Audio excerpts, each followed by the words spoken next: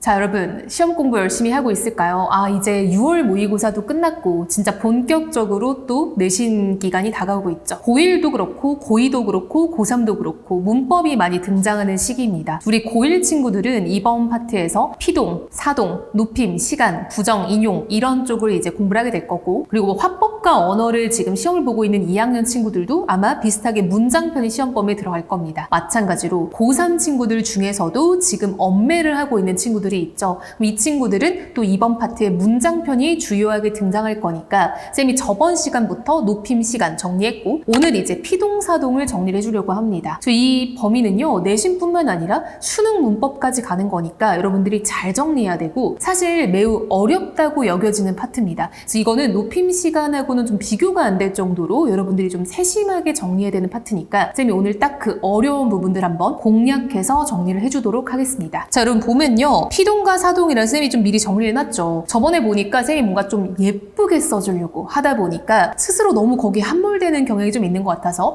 오늘은 좀 필기를 먼저 준비를 했고요. 여러분들은 뭐 영상을 멈추면서 좀 따라가면 되지 않을까 싶습니다. 일단 여러분, 우리가 문법 요소라는 파트에서 이제 피동 표현과 사동 표현을 배우면 거의 끝나가죠. 물론 뒤에 부정과 인용이 있지만 사실상 좀 어려운 파트는 피동, 사동이니까요. 자, 그럼 피동은요, 우리가 의미상으로 무언가를 당하다의 의미고요. 사동은 시키다의 의미입니다. 그래서 여러분 보면요, 피동은 당하는 거고 사동은 시키는 건데 의미가 좀 비슷한가요? 전혀 아니죠. 뭔가 의미적으로 비슷하지도 않고 연관성이 있어 보이지도 않는데 왜 피동과 사동이 늘 묶여서 문제에 같이 나올까? 일단 이게 우리가 오늘 탐구해야 될 첫 번째 과제입니다. 그 부분에 앞서서 일단 개념을 좀 한번 얘기를 해보려고 합니다. 일단 피동은 당하다의 의미를 나타내고 사동은 시키다의 의미를 나타내는데, 피동 표현과 사동 표현을 만드는 방법이 있어요. 일단 이 세 가지를 익혀야 됩니다. 첫 번째는요, 파생적 방법이 있습니다. 여러분, 파생은요, 우리말에서 접사가 들어가는 경우에 파생되었다라고 표현을 합니다. 두 번째는요, 통사적인 게 있어요. 여러분, 통사는요, 통사 구조, 문장 구조라고 하죠. 그리고 보통은 문장을 만드는 방식에 의해서 라고 보면 되는 게 통사적입니다. 마지막으로 어휘적이라는 말이 있는데요. 여러분, 어휘는 엄밀히 말하면 문법이 아니죠. 그래서 이거는 사실상 조금은 별개로 이렇게 둬야 됩니다. 그래서 어휘적 피동, 어휘적 사동은 공교롭게 그 어휘 자체에 피동의 의미가 있다, 그 어휘 자체에 사동의 의미가 있다인 거지 사실상 문법 영역은 아니다. 근데 늘 같이 나오니까 정리를 해보자 라는 거였습니다. 파생적 방식은요, 아까 말했다시피 파생적 피동도 있고 파생적 사동도 있는데요. 둘 다 파생이란 말이 들어있으니까 뭘 활용한다? 접사를 활용한다 라는 거예요. 근데 피동 접사에는 이희리기가 있습니다. 근데 사동 접사에는요, 이희리기 우구 추가 있어요. 이게 이제 어간에 붙는 전미사들을 정리를 한 건데요. 딱 보면 여러분들도 보일 겁니다. 여기에 이희리기라는 접사가 공교롭게 똑같이 생겼죠. 즉 이게 바로 문제점인 겁니다. 무슨 말이냐면요, 피동 전미사에도 이희리기가 있고 사동 전미사에도 이희리기가 있으니까 형태적으로 똑같다라는 거예요. 여러분, 형태적으로 똑같으면 우리가 구분이 쉬워요, 어려워요? 어렵죠. 형태적으로 같으니까 우리가 구분이 어렵다. 그래서 여러분들이 사실 피동과 사동이 의미적으로 전혀 연관이 없음에도 불구하고 늘 엮여서 문법에 같이 나오는 겁니다. 그럼 여러분들이 이 파트를 잘하려면은 가장 첫 번째로 해결해야 될 게 뭐냐면, 이희리기를 봤을 때 걔가 피동인지 걔가 사동인지를 알아보는 겁니다. 자, 그럼 오늘 쌤이 그 방법을 정리해 주겠죠. 자, 첫 번째입니다, 여러분. 피동과 사동을 구분하는 방법인데요. 이게 어떻게 좀 접근하면 좋을까를 좀 한번 쌤이 얘기를 해보자면은, 우리가 지금 일단 해결해야 될 게 바로 이희리기죠. 이희리기가 쓰인 용언이 있는 거예요. 근데 여러분, 이때 이제 가정은요, 이 이희리기가 다른 가능성은 없이 모두 다 피동전미사 혹은 사동전미사라고 가정했을 때 지금 쌤이 이제 순서도를 그려서 여러분들께 해결 방법을 주는 겁니다. 자, 보면 여러분, 이희리기가 쓰인 용언이 있어요. 예를 한번 들어볼게요. 자, 예를 들면 우리가 잡히다라는 예시가 있어요. 잡히다라는 말에 뭐가 들어있습니까? 그렇죠. 여기 보니까 희라는 말이 들어있죠. 그럼 우린 이걸 의심하는 거예요. 이 희는 뭐가 될 수 있다? 접사가 될 수 있다. 전미사가 될 수 있는데 이 전미사가 과연 피동전미사일까? 사동전미사일까? 이걸 일단 구분해 봐야겠죠. 근데 여러분, 거기에 앞서서 우리가 해봐야 될 게 뭐냐면, 잡히다가 원래 기본형일 순 없었을까? 이걸 한번 고려해 보는 거예요. 자, 무슨 말이냐면은 잡히다보다 더 태초의 기본형이 있을까요? 그쵸.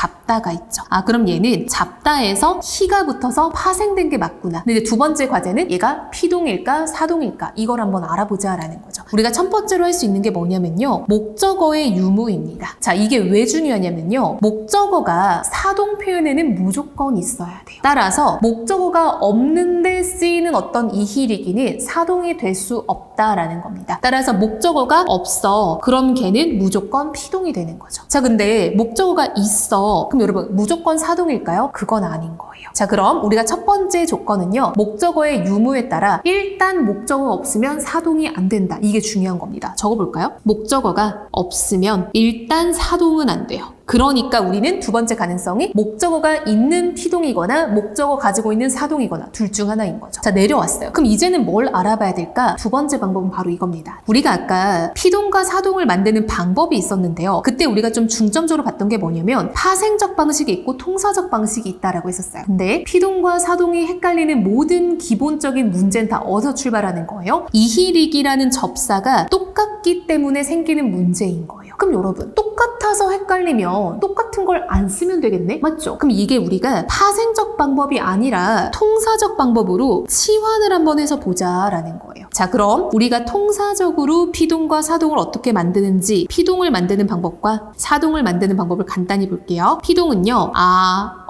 지다를 보통 쓰거나요. 뭐뭐하게 되다 라는 말을 쓰면 피동 표현이 됩니다. 자, 여러분 사동은요. 뭐뭐하게 하다 라는 표현을 쓰면은 사동이 됩니다. 그러면 이런 게 바로 문장 구조로 만든 표현인 거예요. 왜 문장 구조냐면요. 자, 여러분 보세요. 우리가 여기 하이픈 달려있는 부분에 어간을 넣잖아요. 그럼 여러분 이 개가 연결어미예요. 그리고 이 뒤에 있는 되다가 피동을 만들어주는 보조 용언입니다. 그래서 이런 것들 우리가 본용언, 보조용언 결합으로 만드는 문장 구조상으로 만드는 통사적인 방법인 거예요. 자, 그럼 봐봐. 다시 한번 정리해 볼게요. 우리가 지금 피동과 사동을 헷갈리는 이유는 접사가 똑같아서다. 그럼 접사를 안 쓰면 안 헷갈리겠네? 그럼 우리가 통사적으로 바꿔보자라는. 자, 그래서 우리가 두 번째 방법은 목적어가 있는데 통사적으로 바꿔봤을 때 그게 뭐뭐 개하다 혹은 뭐뭐 개되다 아니면 여러분 의미상으로 넣어봐도 돼요. 무언가 당하다라는 느낌이 어울린다. 그럼 피동이고요. 무언가 하게 만들다의 느낌이 어울리면 사동이 되는 겁니다. 자, 이렇게 해서 다 거치면 여러분들이 최종적으로 피동인지 사동인지 알 수 있다라는 거죠. 그럼 여러분 우리 예문을 한번 좀 더 확장시켜 볼까요? 아까 쌤이 잡히다로 한번 지금 예시를 들고 들어왔잖아요. 쥐가 고양이에게 잡히다 라는 예문이 있어요. 자, 여러분 일단 여기는 목적어가 자 적용해 보는 거예요. 이거 1번 적용했어요. 목적어 있어요? 없어요? 없네요? 그럼 얘는 바로 뭐야? 사동은 못 되는구나. 바로 피동 이렇게 되는 거예요. 쉽죠? 자, 예문 하나만 더 들어볼까요?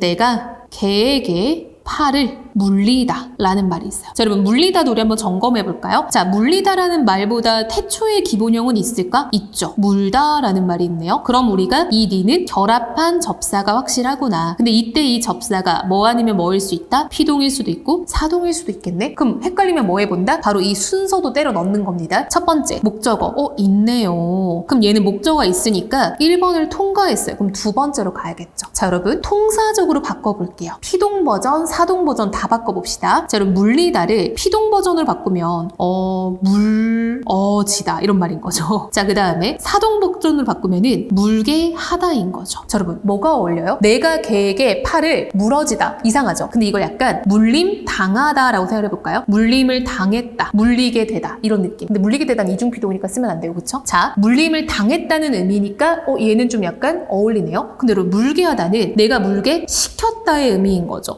그럼 이거는 좀 말이 이상하네요. 통상적으로 사람들이 개에게 팔을 물게 하는 게 일반적이겠어요? 물림 당하는 게 일반적이겠어요? 물림 당하는 게 일반적이니까 이쪽이 어울리겠구나. 그럼 얘는 뭘로 쓰였다?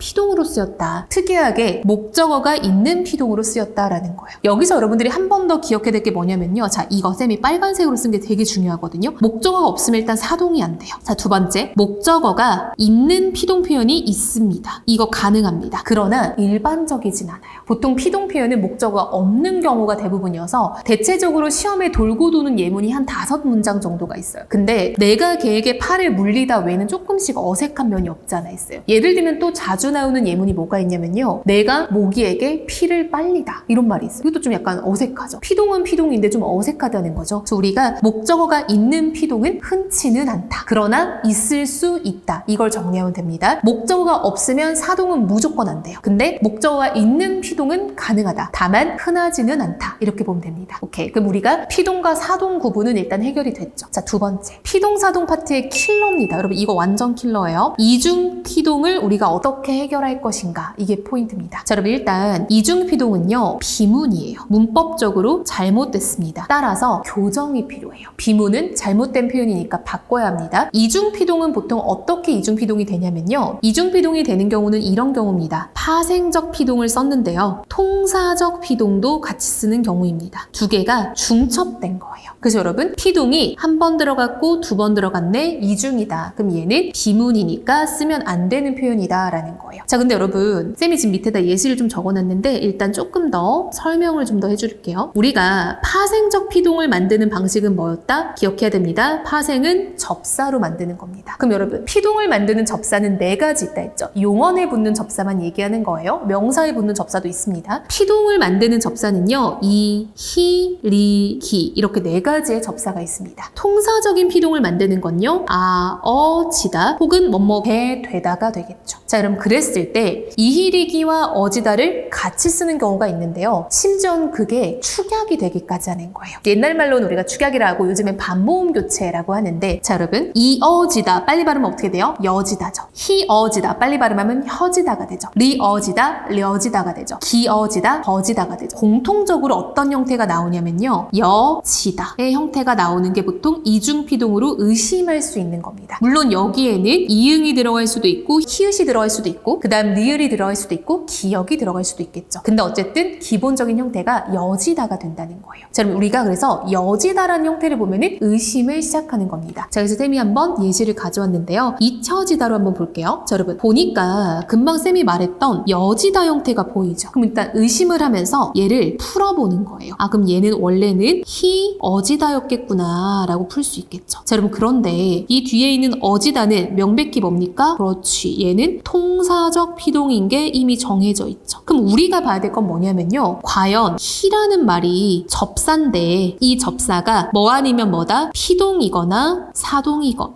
이거를 우리가 구분해내면 되는 거죠. 자, 여러분 보세요. 만약에 이 히라는 접사가 피동 접사였다. 그럼 피동 접사, 통사적 피동 합쳐서 이중 피동이 되는 겁니다. 그러나 사동 접사였다면은 사동과 피동을 같이 쓴 거기 때문에 문제가 없어지는 거예요. 그럼 여기서 우리가 중요한 포인트는 뭐냐면 이 히가 피동일까 사동일까 구분하는 거. 그건 어떻게 한다고요? 우리가 좀 전에 했던 이 순서도를 또 적용하면 되는 거예요. 자, 그럼 우리가 잊혀지다를 한번 볼게요. 우리가 보통 얘를 예문을 기억이 잊혀지다 이렇게 많이 쓰죠. 그리고 뭐 노래 중에 잊혀진 계절 이것도 있잖아요. 그렇죠? 기억이 잊혀지다라고 많이 쓰는데 그럼 우리가 궁금한 건 뭐냐면 히가 접사가 피동이냐 사동이냐가 궁금한 거죠. 그럼 여러분 첫 번째 뭘 하는 거냐면요. 일단 우리가 궁금한 거를 제외한 나머지 걸 제거하는 거예요. 어지다를 제거해 봅시다. 그럼 뭐가 돼요? 잊히다가 되겠죠. 기억이 잊히다 이렇게. 왜? 우리가 궁금한 거는 히인 거지 어지다는 이미 종결난 거니까. 자, 그럼 두 번째 뭘 해본다? 얘가 피동전미사인지 사동전미사인지 순서도를 한번 적용해보자. 그러면 순서도 어떻게 적용한다고요? 목적어 어울리는지 두 번째는 의미상으로 당하다인지 만들다인지. 그럼 여러분 보세요. 기억이 잊히다죠.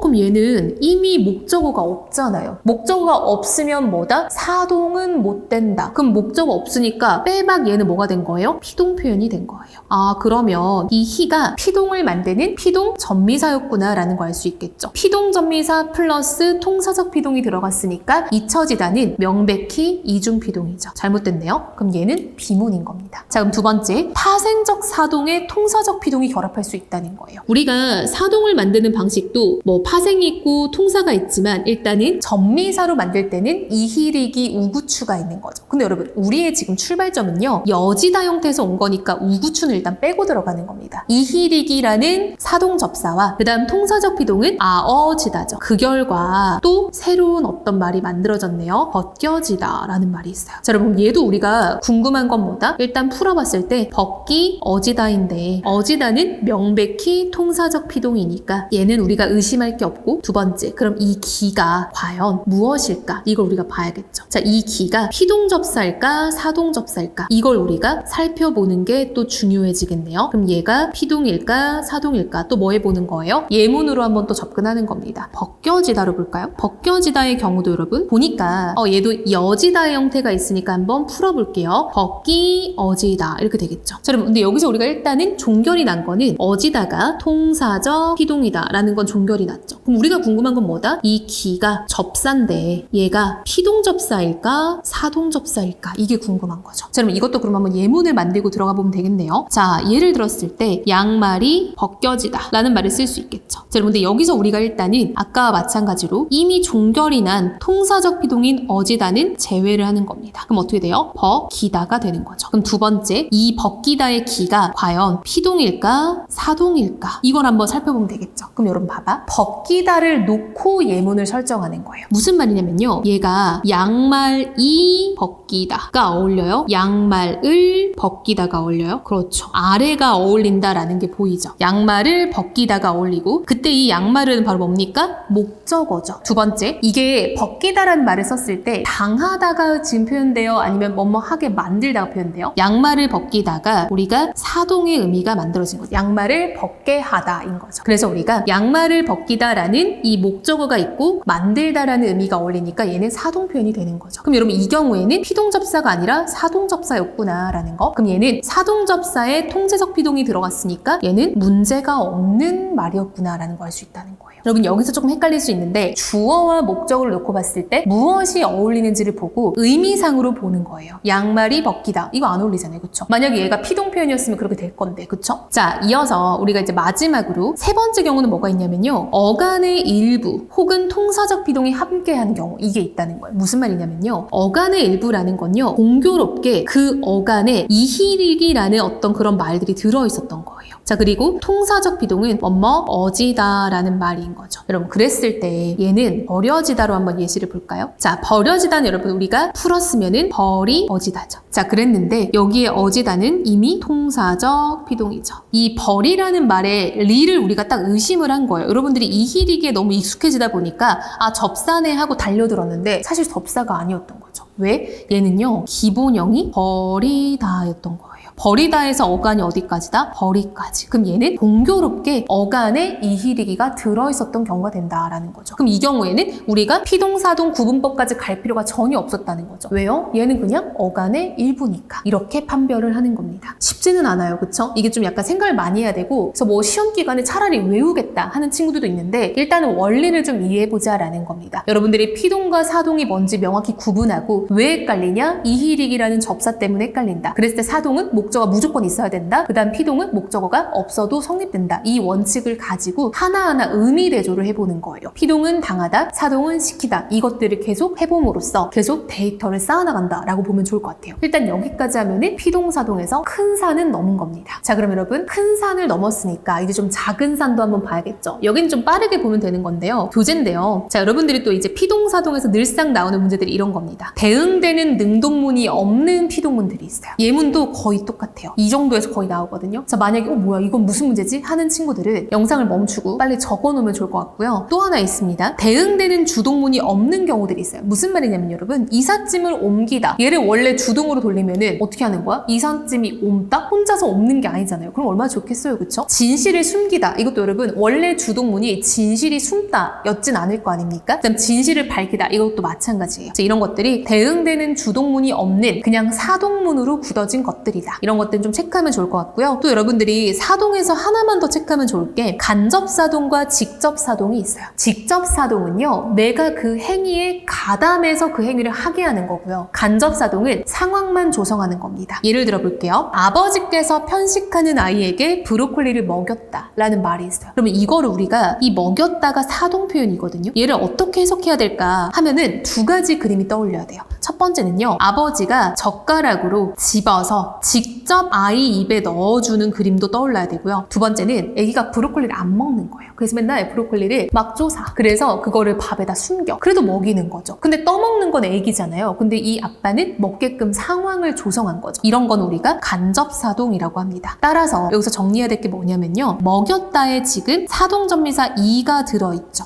여러분 이 경우에는 우리가 파생적 사동이라고 했었어요. 파생적 사동은 직접 사동과 간접 사동이 둘 다 의미가 표현이 됩니다. 그래서 이런 걸 우리가 중의적이라고 해요. 좋지 않다는 겁니다. 의미가 중복돼서 그거를 좀 해결해 줘야 돼요. 그럼 어떻게 해결할 수 있냐? 자, 두 번째, 먹게 하다. 여러분 얘는요, 개하다가 들어갔으니까 통사적인 사동이죠. 그럼 통사적인 사동은 언제나 간접 사동으로만 해석이 됩니다. 자, 생각해보세요. 먹게 하다는 내가 먹여주는 게 아니라 먹게 만든 거잖아요. 상황만 만든 거죠. 이게 간접 사동이다라는 거예요. 그럼 여러분 여기서 우리가 알 수 있는 건 뭐냐면 내가 간접 사동을 의도한 거면은 통사적 표현을 쓰면 돼요. 근데 내가 직접 사동을 의도한 거면은 중의성이 생기잖아요. 어떻게 해줘야 된다? 적절하게 부사어를 넣어줘야 돼요. 예를 들면요. 아버지께서 편식하는 아이에게 브로콜리를 직접 먹였다. 혹은 젓가락으로 입에 넣어주어 먹였다. 이런 식으로 적절한 문장 성분이 들어가야 해소가 된다라는 거예요. 이해됐죠? 두 가지 정리하면 됩니다. 우리가 통사적 사동은 언제나 간접 사동이다. 우리가 파생적 사동은 일반적으로 직접, 간접 둘 다 해석돼서 중의성이 생긴다. 해소하려면 어떻게 한다? 간접을 의도한 거면 통사적 사동을 쓰고 만약 내가 직접 사동을 의도한 거면은 문장 성분을 추가해줘야 된다. 자, 그럼 마지막 맨날 나오는 예문 중에 하나입니다. 어머니께서는 늘 아이에게 동화책을 읽혔다라는 말이 있죠. 여러분 기본형이 읽다예요. 근데 읽다에서 뭐가 들어왔어요? he라는 사동 전미사가 들어왔습니다. 전미사가 쓰이면 무슨 사동이라고요? 파생적 사동이라고 했습니다. 파생적 사동은 일반적으로 어떻게 해석된다고요? 직접 사동과 간접 사동이 둘 다 해석된다고요. 그런데 읽혔다는 그게 아니에요.